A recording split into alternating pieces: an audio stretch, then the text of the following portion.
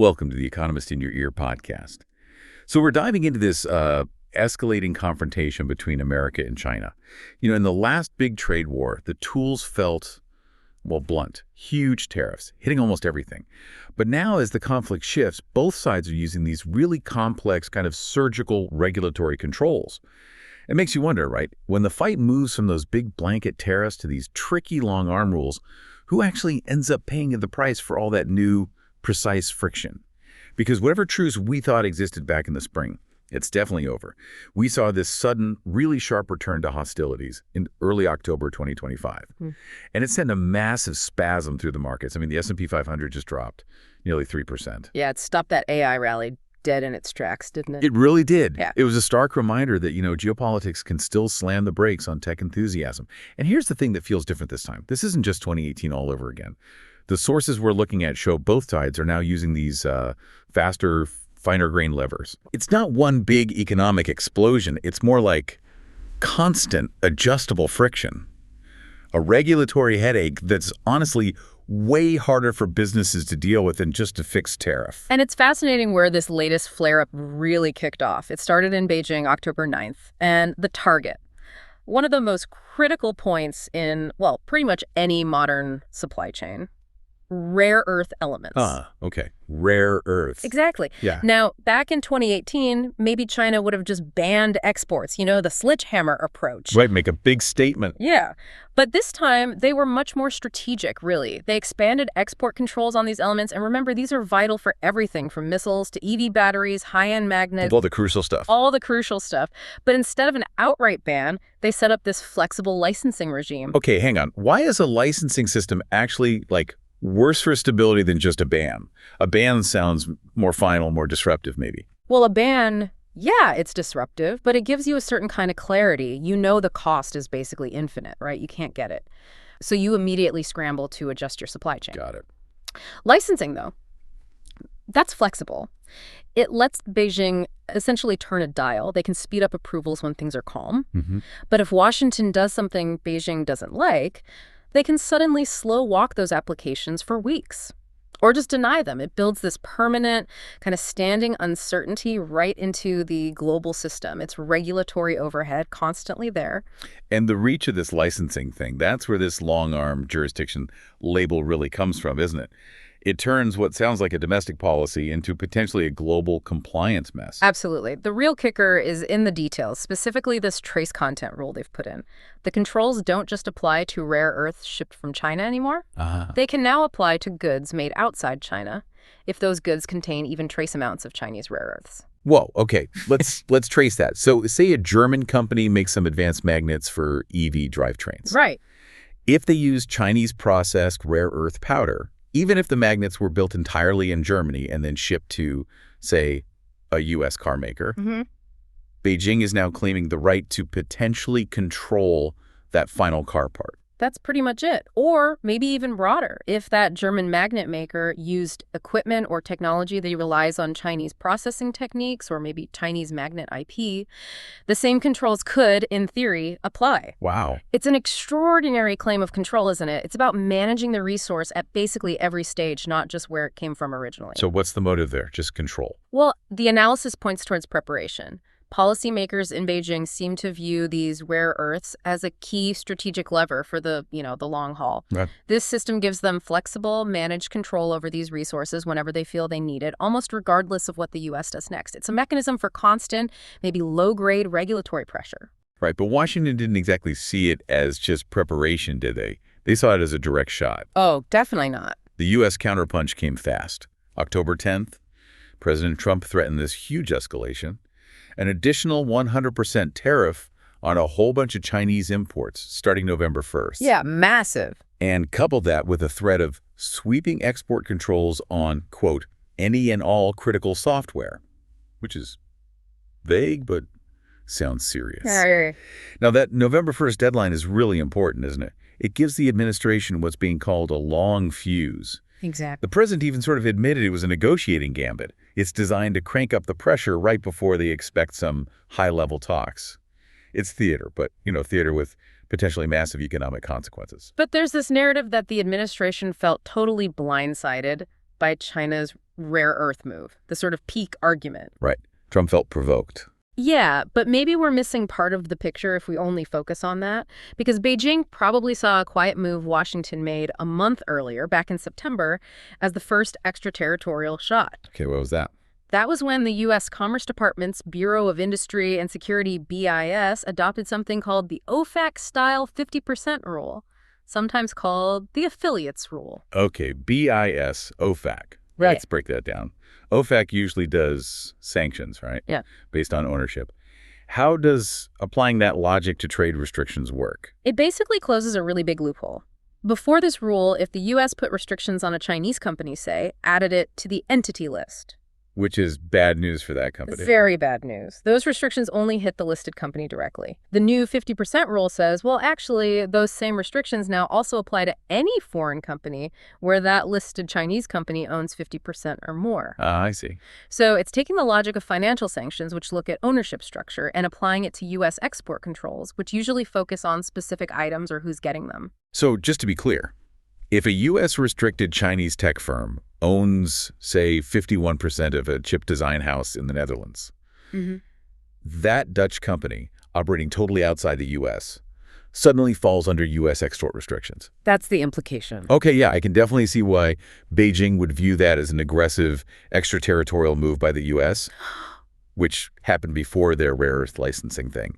It looks like a tit-for-tat escalation in regulatory reach. It certainly looks that way. And the timing of all this back and forth, it brings us to the third motive that analysts are talking about: pressure. Right. Both sides seem to be aggressively stacking up negotiating chips just before the APEC leaders' meetings in South Korea. That's set for October 31st to November 1st. Right on the tariff deadline. Exactly. These moves feel timed to give maximum leverage right when the leaders are supposed to be in the same place. And we should remember, it's not just tariffs and these big export control rules being used as leverage, right? China has other ways to apply pressure. That's the subtle part of this new phase, these non-tariff levers. We've seen reports that China's antitrust regulators, that's SAR, the State Administration for Market Regulation, have recently, maybe conveniently, launched or perhaps revived antitrust reviews into big acquisitions by U.S. chip designers. Specifically, NVIDIA and Qualcomm were mentioned. Ah, okay, so it looks like standard regulatory stuff. It looks like it, but analysts suggest these aren't just random checks. They think this SAMR activity, or maybe sudden upticks in customs inspections on valuable U.S. goods, are being, well, weaponized. They act as pressure points you can dial up or down quickly to make life uncomfortable for major American companies right around key diplomatic dates. It's a very managed kind of economic friction. And who feels this pressure most immediately? Well, the immediate exposure is definitely intense for specific sectors. You're looking at semiconductors, obviously, and the defense industry. They rely heavily on these very specific materials and complex supply chains. Right. So if China really does tighten those rare earth licenses, even if it's just by slow-walking approvals, not outright denying them the supply of essential materials for chips, for EVs, for defense systems, it could slow down dramatically. That causes immediate, painful problems. Okay, so let's bring this down to earth a bit.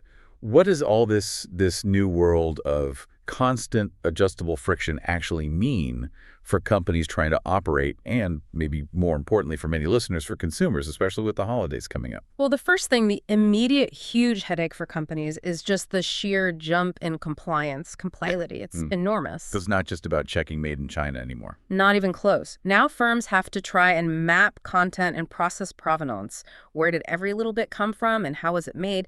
It's paralyzing from a risk management perspective. Right. It really is. You can't just audit the final assembly location. Now you have to ask questions like, okay, this tiny magnet assembly deep inside my industrial pump, does it contain any trace Chinese rare earths? Or did that subcontractor we used over in Malaysia happen to use a specialized grinding process that maybe involves Chinese licensed technology? Just answering those questions means nightmarish internal audits, huge legal bills, and puts companies potentially waiting in these uncertain licensing queues in China. So even if the big tariffs never actually happen, this regulatory overhead itself changes the game. It must slow down investment, slow down trade, just make everything feel more brittle. Absolutely. That uncertainty is toxic for business planning. And then there's the immediate money calculation. This complexity feeds right into what people are calling the Christmas price risk. That's the one. If that threatened 100% U.S. tariff actually hits on November 1st, Well, think about the timing. That's exactly when supply chains are ramping up for Christmas. Peak season. Peak season. Importers just cannot absorb a doubling of costs like that overnight. They'd have no choice but to pass it on. So higher prices hitting shelves just before Thanksgiving. Pretty much. And analysts are pointing out, the image of angry consumers facing huge price jumps on electronics, clothes, toys. It kind of turns Santa into China's unlikely ally, as one source put it. Right. Because the U.S. administration would face immense domestic political pressure to back off that tariff threat before November 1st. It turns the economic threat into a potential bargaining chip for Beijing. Which leads to this tricky situation where neither side finds it easy to back down. Yeah. The dilemma of retreat. Exactly. After all the tough talk, China can't really be seen to just scrap a sovereign strategic regulation, the rare earth licensing, purely because of foreign pressure. That looks weak. And the U.S. side. Well, Washington, having repeatedly used these strong-arm tactics, can't easily just drop the 100% tariff threat without getting something they can sell as a major concession from China. It's a classic standoff. But you said this is highly managed, so there must be signs we can watch for in the next few weeks to see which way this is heading towards actual talks or just more escalation. Yes, absolutely. There are probably 3 key things to track pretty closely. Okay, what's number 1? Number 1. Does Washington actually go ahead and post the official notices in the Federal Register to make that November 1st tariff legally binding? Or do they find a way to quietly signal a delay, maybe a conditional pause, linked to how the APEC talks go? That action or inaction is the immediate signal. Okay, watch the Federal Register. Got it. What's second? Second, we need to look for any operational details coming out of Beijing about how they're actually using the new rare earth licensing rules. Right. The reality on the ground. Exactly. Are we hearing reports of flat-out denials for defense-related companies? That would signal an immediate targeted hit. Or are they handling things for, say, semiconductor firms more slowly on a case-by-case basis? Any guidance from Beijing on how they plan to enforce that really tricky trace content aspect will tell us a lot about their real intention. And the third marker. Third, keep an eye out for more of that side channel pressure around the APEC meeting window. So that means watching for any upticks in SAM antitrust probes targeting U.S. firms or sudden targeted customs checks on high-value goods like advanced machinery or AI components moving through Chinese ports. Those are the quick adjustable friction points. So putting it all together, the big takeaway here, the thing that really defines this new era of competition, it's that massive shift, isn't it? It really is. The trade conflict isn't primarily about those blunt 2018-style tariffs anymore. Now it's about 2 superpowers, both armed with these really sophisticated, adjustable regulatory systems. The path forward looks like one of just constant, measurable, and frankly, really confusing friction. Constant, measurable friction. That sums it up pretty well. So the analysis we've been looking at suggests that even when these 2 superpowers are talking, they're still incredibly prone to conflict, to miscalculation. Mainly because the suspicion runs so deep. Which leaves us with a final thought, I suppose. This new framework of flexible, long-arm regulation, is it actually designed for stable, managed competition? Or does the very flexibility, the ability to dial it up or down instantly, almost guarantee future misunderstandings and trade clashes? Thanks for listening. Follow us for daily insights into world affairs, and don't forget to like, comment, and share.